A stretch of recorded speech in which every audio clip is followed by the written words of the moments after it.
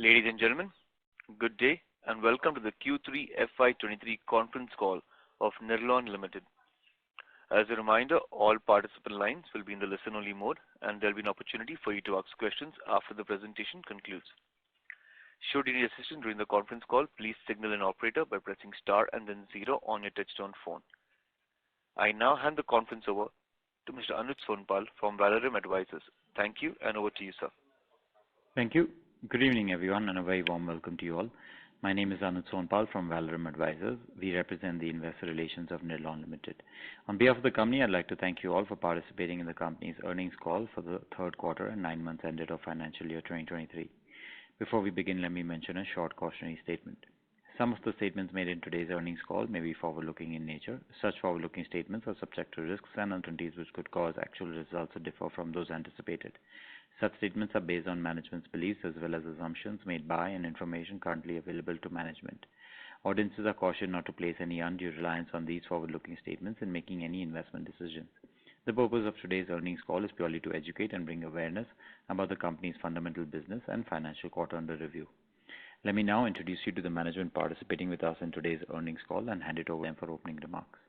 We firstly have with us Mr. Rahul Sagar, Chief Executive Officer and Executive Director, Mr. Kunal Sagar, Promoter and Non-Executive Director, Mr. Manish Parekh, Chief Financial Officer and VP of Finance, Mr. Jasmine Bhavsar, Company Secretary and Vice President of Legal and Compliance Officer, Mr. Ashish Baradia, Vice President of Business Development and Investor Relations at Nirlon Management Services Private Limited.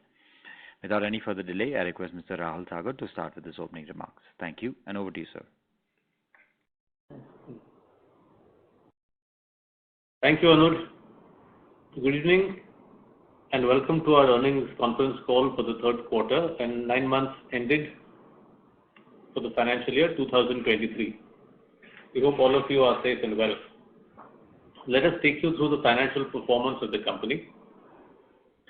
For the third quarter of the financial year 2023, the company reported a total income of 144 crores, an increase of approximately 55 crores on a year-on-year basis. EBITDA stood at 119 crores, which grew by 59% on a year-on-year basis. This represents an EBITDA margin of 82.19%, which improved by 200 basis points on a year-on-year basis. Profit after tax stood at 54 crores for the third quarter. Profit margin was 37.08%. For the 9 months ending 31st December 22, the company reported a total income of 427 crore rupees, witnessing a growth of approximately 71% on a year-on-year basis.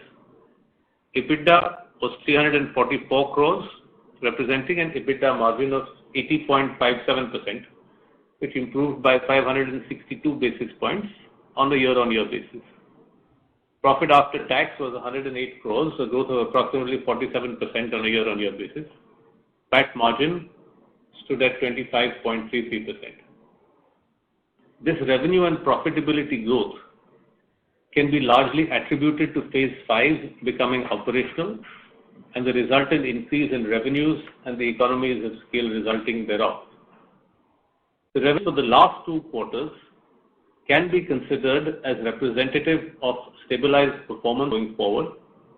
We estimate that the operations at NKP have now largely stabilized. Hence, the financial performance in quarter 3 may broadly be estimated as representative of the stabilization of operations. However, there will always be the potential for variations in some quarters, mainly due to fluctuations in occupancies, especially during releasing. We continue to focus on improving operating efficiency. On the operational front, the average occupancy rate for the company stood at 97.6% for the third quarter. Global Payments renewed approximately 9,000 square feet due for renewal in financial year 23. LRN renewed approximately 15,000 square feet due for renewal in financial year 2024. Our food and beverage outlets, which are amenities or support services for the park occupants, renewed approximately 6,600 square feet. Barclays vacated approximately 23,000 square feet on expiry of their license period. as on 31st December 2022, approximately 83 by feet area was vacant. Of this vacant space, MUFG has licensed approximately 23,000 square feet and Proteum Finance has licensed approximately 34,000 square feet in Q4 of financial year 23. With this, we conclude our presentation and open the floor to your questions. Thank Please you. go ahead. We will now begin the question and answer session. Participants who wish to ask a question may press star and 1 on your touchtone telephone. If you wish to withdraw yourself from the question queue, you may press star and 2. Participants are requested to use handsets while asking a question. Ladies and gentlemen, we'll wait for a moment while the question queue assembles.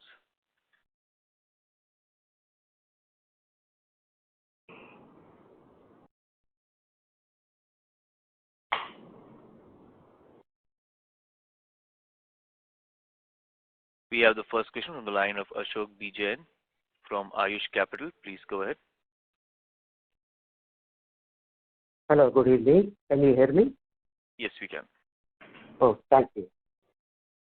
First of all, thanks a lot for giving me this opportunity and congratulations for giving this good set of numbers.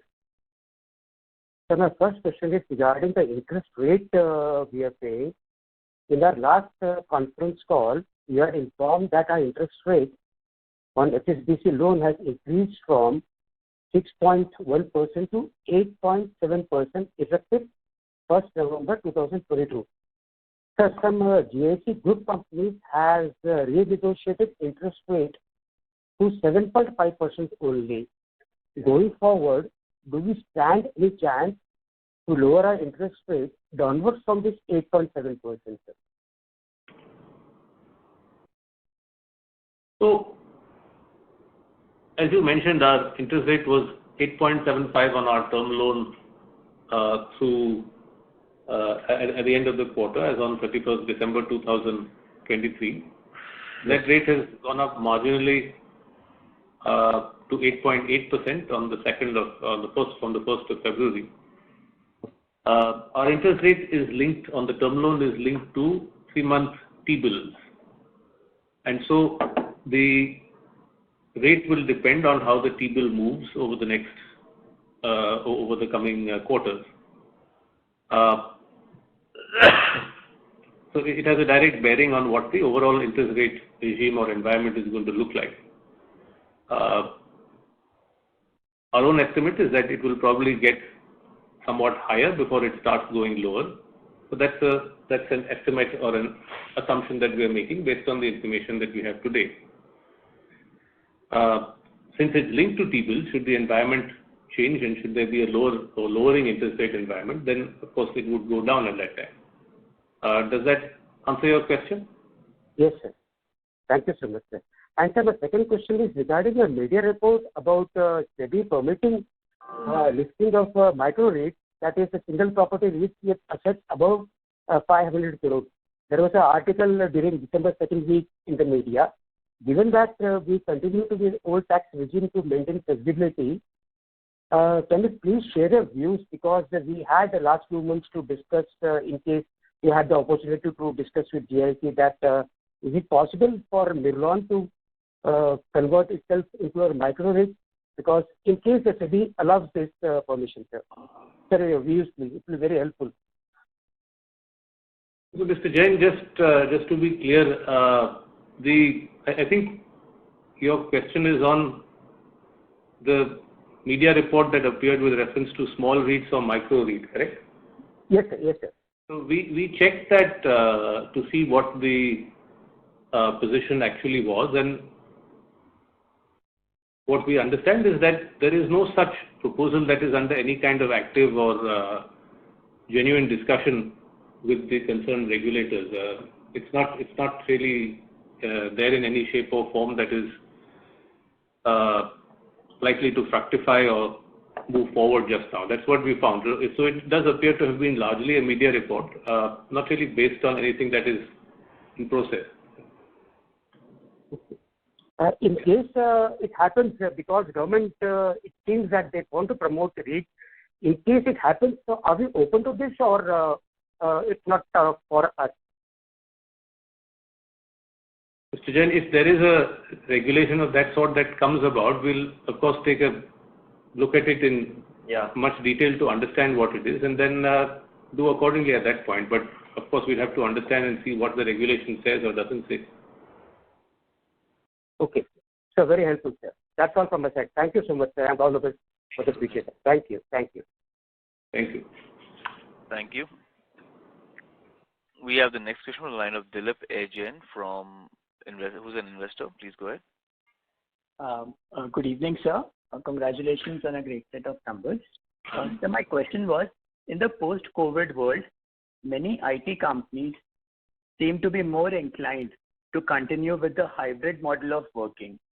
Going forward, if this trend were to become a norm in the future, what will be its impact on the office leasing sector? Sir, we would be obliged if you share your views on the same. Well, I mean, firstly, we are not entirely dependent on the IT company, so to speak. We of course have IT, ITES, and so we're not contingent only on one particular sector. The sector which we are frankly more exposed to is IT, ITES, and with multinational and the international banks, which make up a large part of our and licensees. I think the view of a lot of the MNC companies and the international companies is that even though it may be hybrid to some extent, they're very keen to get 100% of the people back into office. They may not all come in on the same day, but out of 1,000 employees, they want all 1,000 employees back in the office. Now, it may not be all on the same day. So, we are seeing a physical occupancy in the campus of about 60-65%, sometimes goes up to 70%.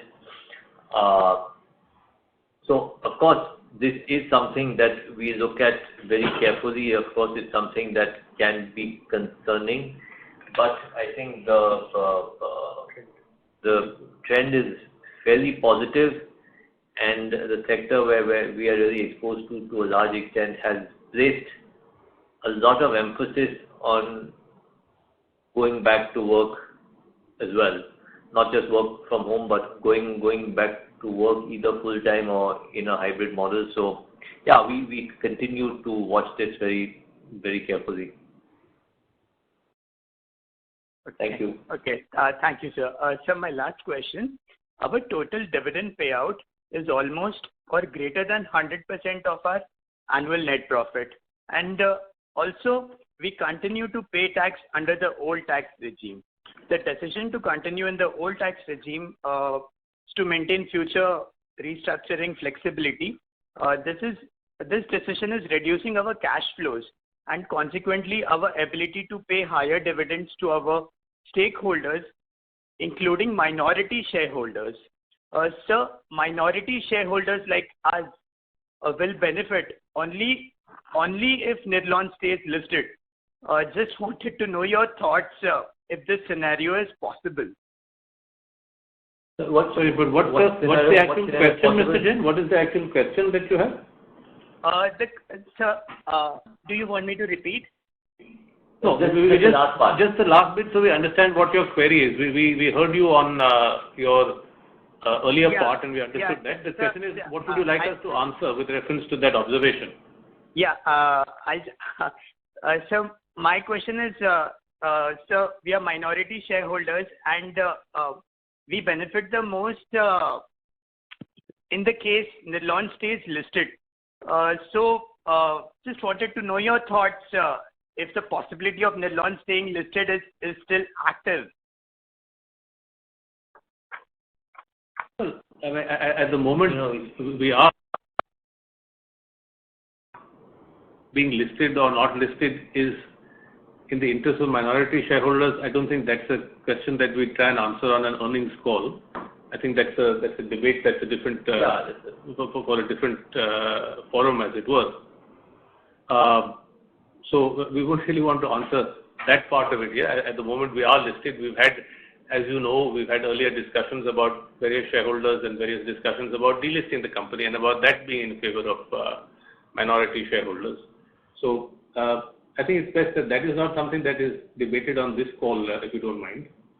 The company for now is very much listed, and as we've said, oftentimes our idea is to continue to pay consistent and stable, recurring, sustainable dividends, and we believe that that's why we mentioned in our opening reveal that we are achieving the kind of stability that we have aspired to, and the kind of EPS, the kind of earnings after tax, the kind of EBITDA that we have aspired to. And on that basis, we believe that we will be able to sustain the dividends that we have started paying from the last financial year going forward. Okay. All right.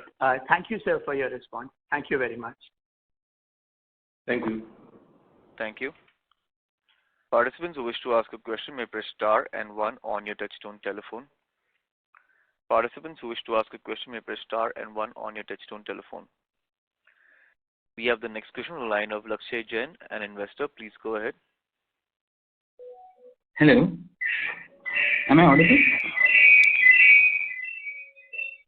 No, there's a echo. Significant echo. Lakshay, if you could Now, go off the hello? speakerphone. Now is it better? No, Lakshay, could you go off the speakerphone, please? Hello. Is it better now? Yeah. Yes, much better. Yeah. Hi. Yeah. Thank you. Hi. I just have one question.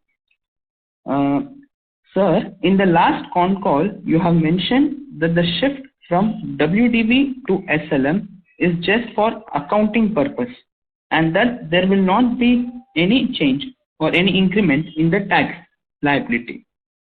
The finance cost has increased by 5 crore. As interest being tax deductible, there should have been a decrease in tax liability to the extent of 5 into 35%, that is 1.75 crore. Instead, there was an increase of 6.5 crore, sir. Just wanted to understand this, sir. Can you hold on just a second? We will just see if you've understood your question right. Yeah. We'll just put it on mute. Let us just understand your question and come back to you. Okay, give us a minute. Done. Yeah.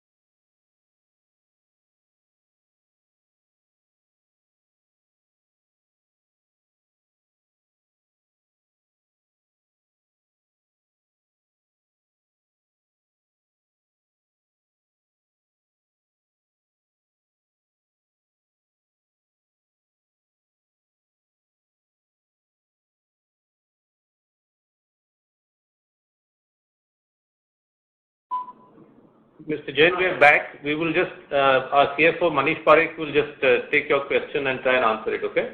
Yeah, no problem.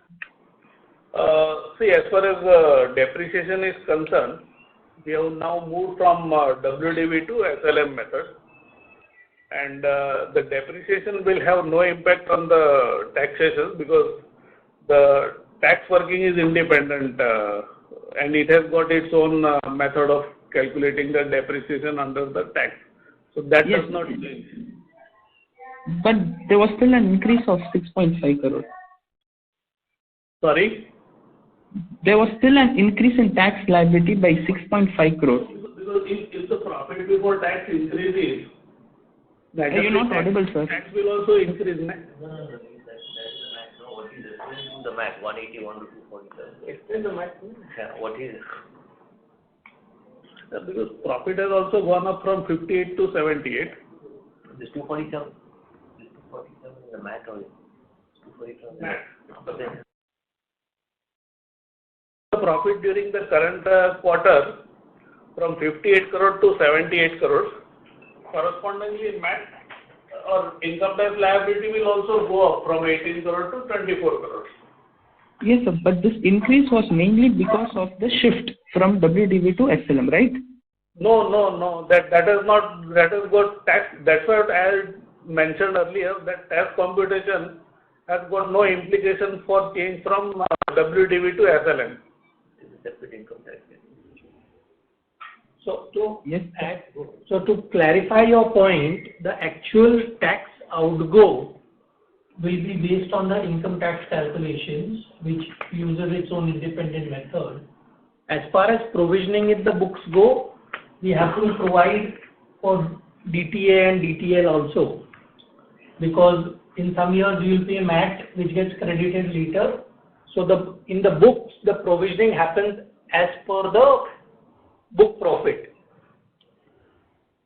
Okay. So that is why we have that Dividend over the 24 period of crore. time. So that is not the actual tax which we will be paying, that 25 crore. Yeah, there's not cash outflow. The cash outflow will be completely different, which is done based on the tax calculation as per the income tax law. All right. Okay, sir. That's it, sir. That was my only question. Thank you. Sure. Thank you. Participants who wish to ask a question may press star and 1 on your touchtone telephone. Participants who wish to ask a question may press star and 1 on your touchtone telephone. We have the next question from the line of Satinder Singh from Eon Infotech Limited. Please go ahead. Yes, good afternoon and thank you for the opportunity. My first question is, any progress on the REIT plans since the last update? Because it's been a work in progress for, I think, quite a few number of quarters. So any update that you have to give on this? Sorry, did I hear your question right? You wanted an update on what you mentioned was the REIT update? Is that what you wanted? Yes, that's right. Any update on the REIT plans? Okay. So just to clarify, what we've been discussing is not specifically the plans for a REIT or not having a REIT. We'll be discussing what is the kind of structuring or restructuring that might be beneficial to shareholders going forward. One of the points raised by shareholders was, could we do a REIT? So the discussions in terms of what might be the best structure for the company going forward continues to progress. There is nothing, again, more specific as to whether it is A, B or C, but we do continue to progress on the discussions, and the discussions are, as we had indicated, they are constructive and they're progressive in terms of how we want to go forward. There's nothing specific that we have concluded yet in our discussions that we are having with our major shareholders. Any time frame that you have in mind by which some crystallization of views in terms of the right structure would emerge? Any visibility on that? I appreciate your question. We are working hard on that. We are making progress on that. We will ensure that as soon as there is something specific we do come back to shareholders on that. Right, sir. And what's the physical occupancy that we've reached now in our campus? The occupancy as on date is close to approximately 99%. As on date, it was about 97% on December 31st. After that, we have made. Sir, I meant the physical occupancy of people back to work, sir. Yeah. Okay. So I just mentioned that on the previous call as well. On the previous question, we say it's approximately 60% right now. I mean, sometimes it could be plus minus 10% on the 60%, but it's at approximately 11,000 to 12,000 people every day, which is approximately 60% of the pre-JP Morgan occupancy. Once the JP Morgan fit out is done, of course, then it will be we'll have to reassess that. But right now it's 60% based on the first 4 phases, approximately 60%. Also, in this last quarter, we've had days where the occupancy has reached at times pretty much close to pre-COVID levels on odd days. So in general, that trend has been increasing quite encouragingly. Would you agree with that? Yes. Yes. Yes. And sir, any update on the imminent Morgan Stanley vacation or plans? Okay, any update on that, and how do we plan to address should the challenge come up? The Morgan Stanley vacating matter. So we continue to monitor that very closely and to be in touch with Morgan Stanley at all times. As we said, we have a very good equation with them. We know that they have an interest in moving to a building that is exclusively for them. They will be giving us more than adequate notice when they do that, and they will also be moving in phases and not in one stroke. And we haven't received any intimation that is imminent or likely at this point, but we do remain in touch to make sure that we have maximum notice when that move is likely to happen, and also that we have the maximum time for the move so that both parties can make sure that they are reasonably comfortable once that move begins. So it's not something that happens in one stroke. So no intimation so far, no notice of that extent so far. However, as we know, it's something that is going to happen at some time in the future, but we have no specific time frame on that as of now. So still some time to go before that. Right. Thank you. One final question. What is your view on outlook on rentals in this micro market over the next couple of years? So what's the view based on your understanding of the market? We need rentals. We think that, I mean, we don't really want to speculate, but we see that there's a steady trend and that it's fairly stable with what one might call a marginal increase, so to speak. But we feel that rents are stable and steady, and any increase will be also fairly stable and steady in this regard. We don't, at this point, we don't see anything drastic happening either up or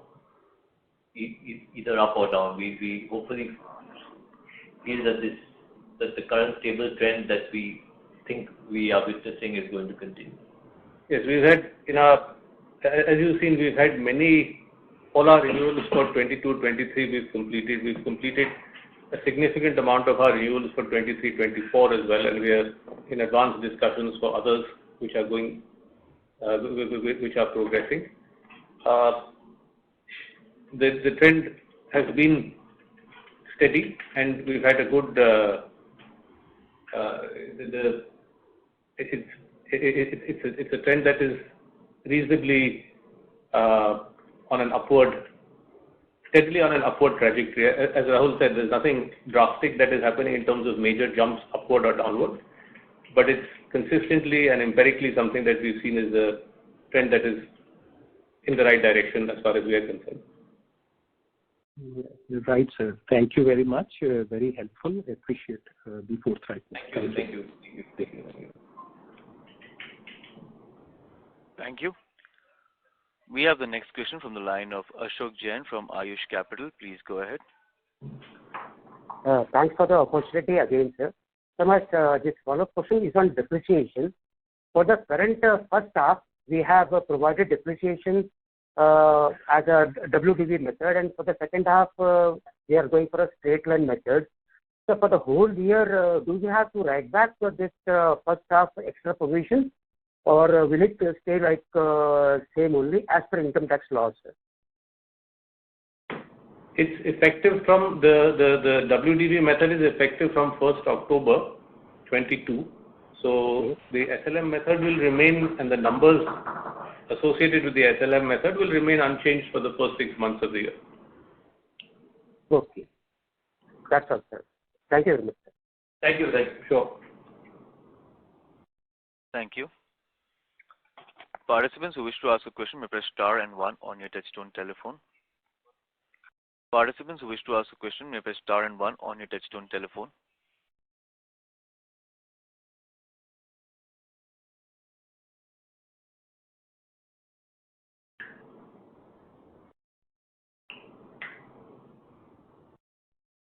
As there are no further questions, I would now like to hand it over to the management for closing comments. Thank you very much. As always, we appreciate the interest, the time, and the questions that are asked. And do be in touch with us if there are any further clarifications that we can provide on any aspect of our operations. Thank you again. Thank you. Thank you. Thank you. On behalf of Nirlon Limited, that concludes this conference. Thank you for joining us, and you may now disconnect your lines.